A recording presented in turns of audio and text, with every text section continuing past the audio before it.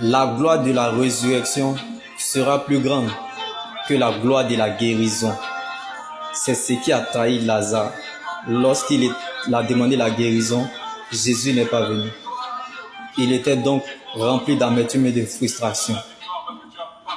C'est pour cela, malgré sa bonne foi, il a crevé d'une simple maladie jusqu'à la tombe et il est mort. Quand Lazare a demandé la guérison, Jésus n'est pas venu. Mais Jésus a pleuré quand Lazare est mort. La contradiction est un processus inévitable lorsque vous êtes dans le plan de Dieu. Donc, vous ne pouvez pas suivre Jésus et ne pas vous attendre à l'inacceptable, à l'inexplicable et à l'incompréhension.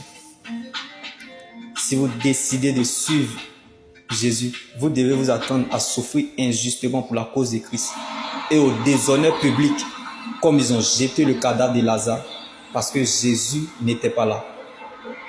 Parce qu'ils avaient des troubles de vision, car l'éclat de Lazare dans la tombe dépendait de la présence de Jésus. Donc le désastre pour un être humain, c'est de perdre la vision de Dieu pour sa vie. La vie avec Jésus est un espoir sans fin, mais la vie sans Christ est une fin sans espoir.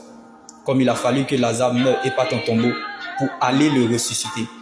Parce que Lazare était déjà connu de Jésus et reconnu du ciel pour sa résurrection. Donc la fête changera de camp. Bien-aimé, le même Lazare que Jésus a ressuscité, le même Lazare est encore mort. Donc c'est une frustration de pouvoir guérir des gens dans le monde et ne pas guérir des gens dans notre propre maison, dans notre propre famille. C'est une frustration.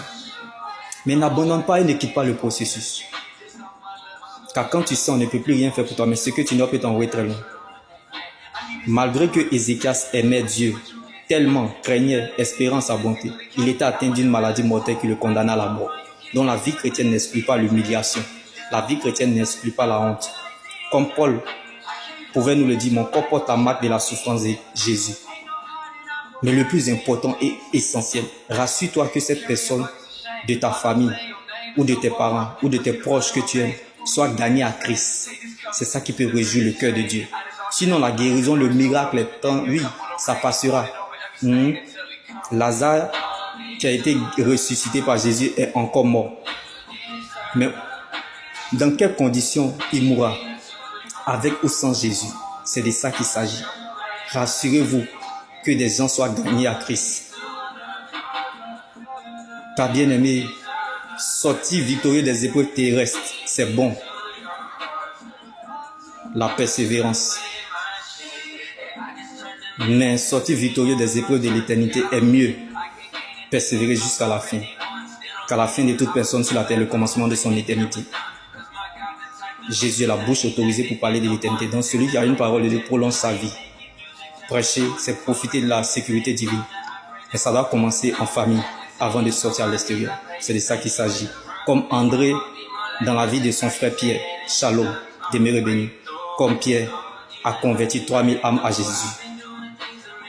Ce que tu ne sais pas, ce que Dieu veut faire avec toi est plus grand que ce que tu cherches ou attends. Comme Pierre s'est joué dans son échec à la pêche. L'échec nous oriente parfois vers la meilleure destination. Évangéliser,